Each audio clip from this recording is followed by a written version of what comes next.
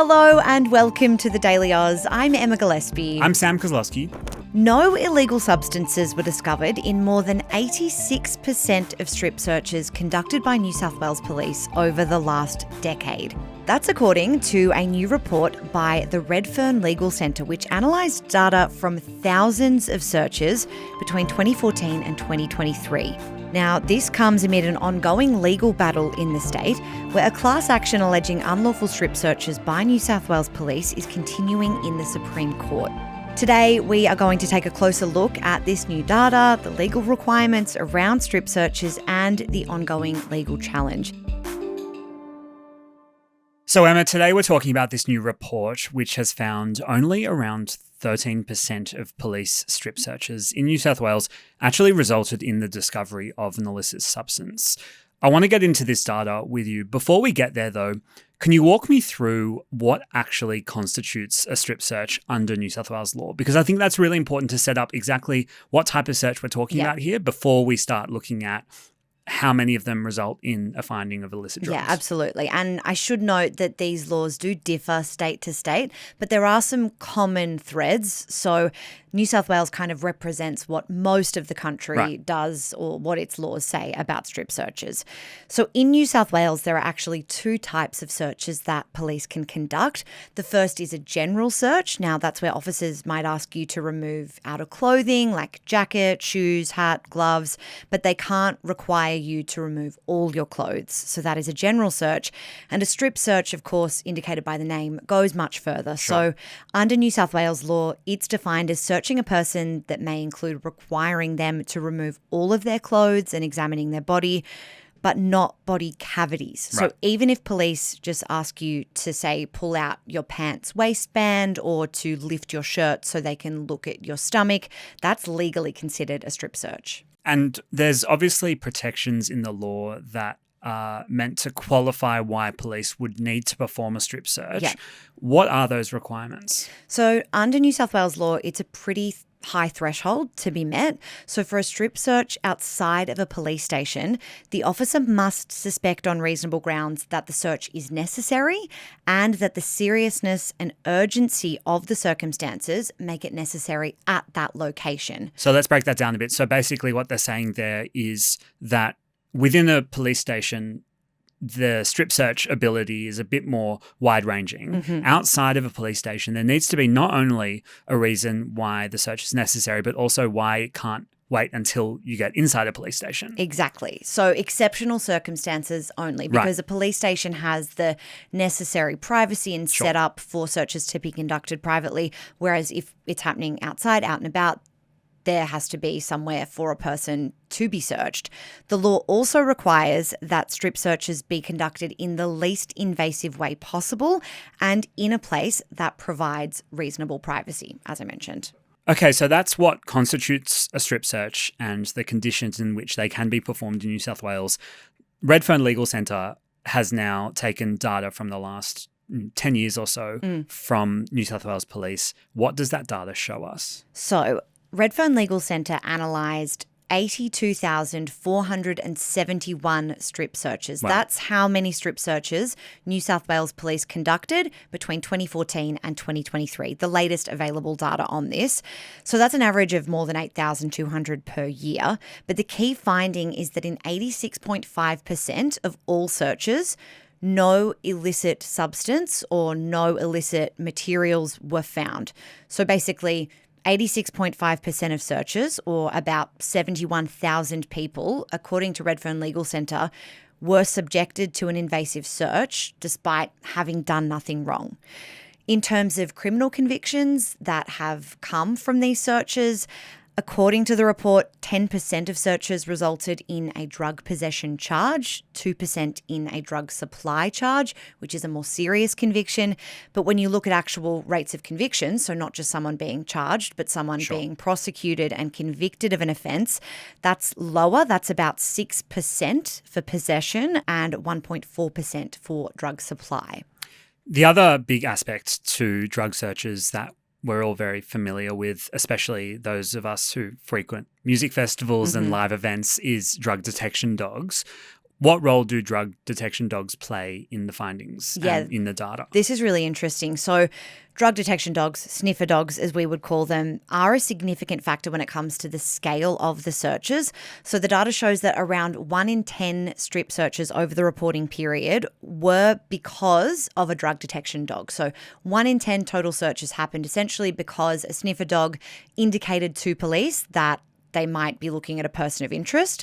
And if you think back to those two requirements of the law, that then satisfies that first requirement, that there's reasonable suspicion, that there's some reason why the police would want to perform a strip search. Yes. So while these made up 8% of all strip searches, there was actually a higher link to illicit drugs being discovered and sniffer dog searches compared to the other reasons that a search would be conducted. So 40% of searches because of sniffer dogs were actually found to have illicit substances. Oh, wow. That's compared to overall searches where illicit substances were found in 14% of all searches. Even though 40% might sound high, advocates have called into question the accuracy of dogs, considering that still means, 6 out of 10 people were falsely identified by a drug dog. They were strip searched and then found not to be carrying anything illegal. So there are question marks over kind of the efficacy and the means of these searches based on sniffer dogs. For these kinds of searches, the conviction rates were similar to general searches. So 10% of people strip searched because of a sniffer dog were found with substances and subsequently convicted. So the New South Wales Police's own procedures state that a drug dog indication alone doesn't provide legal grounds for a search. Oh, interesting. Officers are supposed to conduct further investigations first. So that looks like questioning a person, maybe conducting general searches, a bag search, patting them down. So there has to be a few steps before a search legally passes that threshold where a person can be taken into a private room and asked to take their clothes off. So let's zoom out a bit now and kind of think about this in terms of the procedure and what these results mean. Am I right in thinking that strip searches are basically meant to be this last resort? And instead, according to this data, they may have become more routine rather than the exception. Yeah, this is exactly what legal experts are arguing. They're saying that strip searches have become part of routine policing rather than, as you've alluded to there, Sam, being reserved for serious circumstances, and particularly at music festivals and also on public transport. So RLC say the evidence of this is based on a spike in strip searches that they have seen or that were recorded between 2016 and 2018. The peak year saw over 14,000 strip searches annually. That's based on the average annual search being about 8,000. Yeah.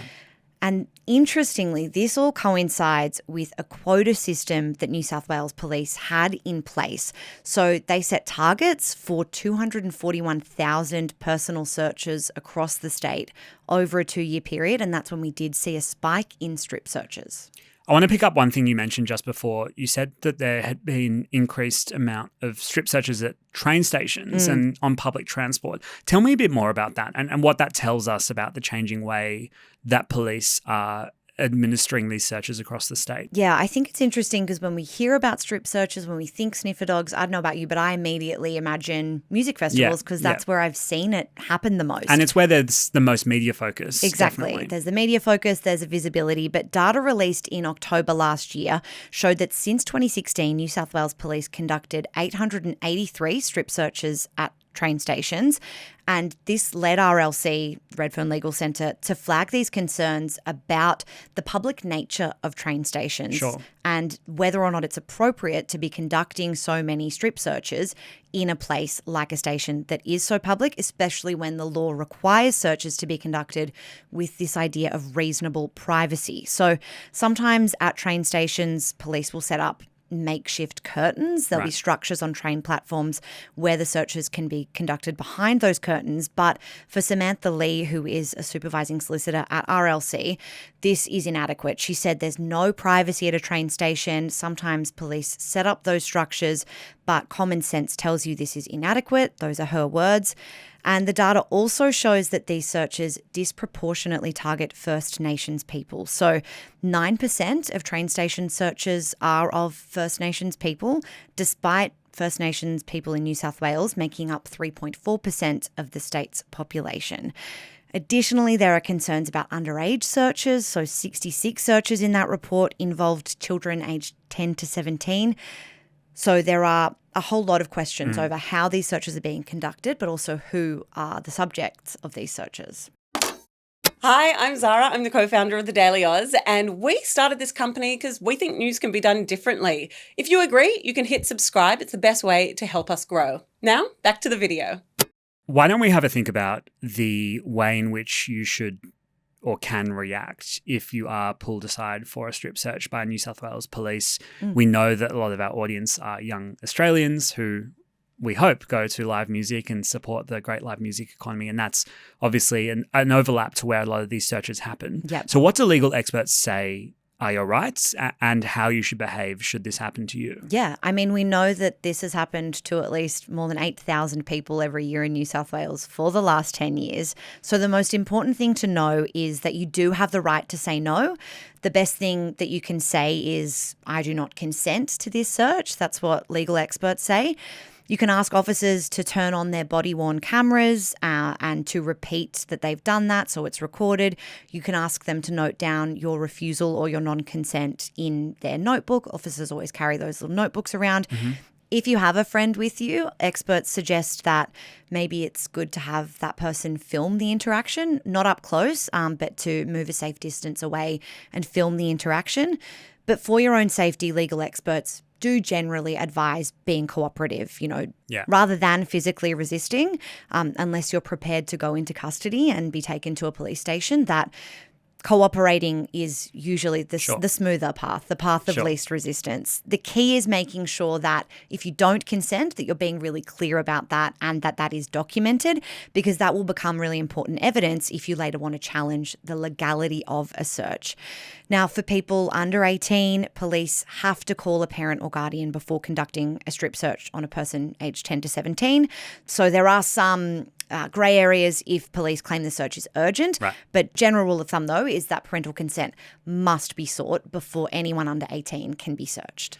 This is a really dynamic area of the law, and it's constantly in the headlines for the way in which it's evolved over the years. And right now, there's this major class action challenging these practices in New South Wales. What's the latest with that case? Because that's quite a significant development, right? Yeah, this is a really interesting one. So Redfern Legal Centre and Slater and Gordon, the law firm, launched this action in 2022 on behalf of thousands of people who said they were strip searched at New South Wales music festivals between 2016 and 2022.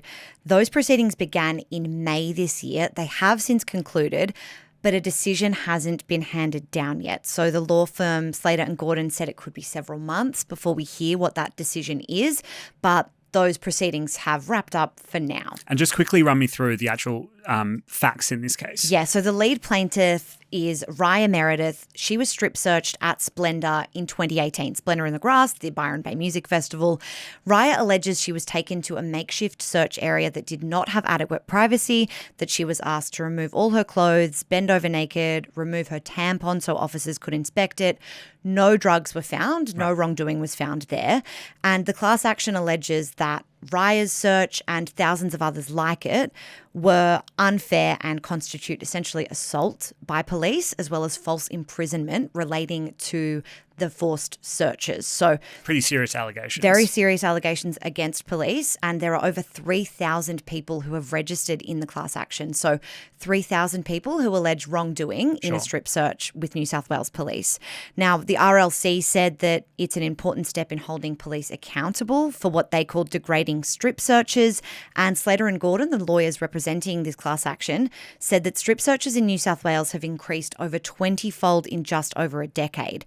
These lawyers called them traumatic, invasive, harmful, and that they should only be used as a last resort. Quote, people who have been unlawfully searched have a right to compensation for what has happened to them. Why don't we go to the police response here? What have New South Wales Police said to not only the lawsuit, but to all of this new data? Yeah, so broadly, police defend their practices regarding the train station data that was shared last year.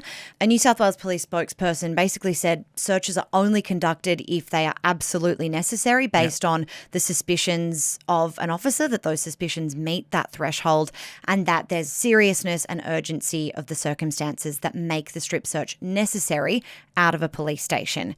But in terms of this class action, we've seen a bit of a backflip from police. So New South Wales Police said that they would argue that the officer involved in the search was authorised to conduct that search on the plaintiff, had reasonable grounds to do so, and that the decision to do a search was based on a positive indication that there was prohibited substance in the airspace around the plaintiff, the plaintiff's admission to smoking cannabis earlier that day, and police observations of her demeanour, physical appearance and body language. Right.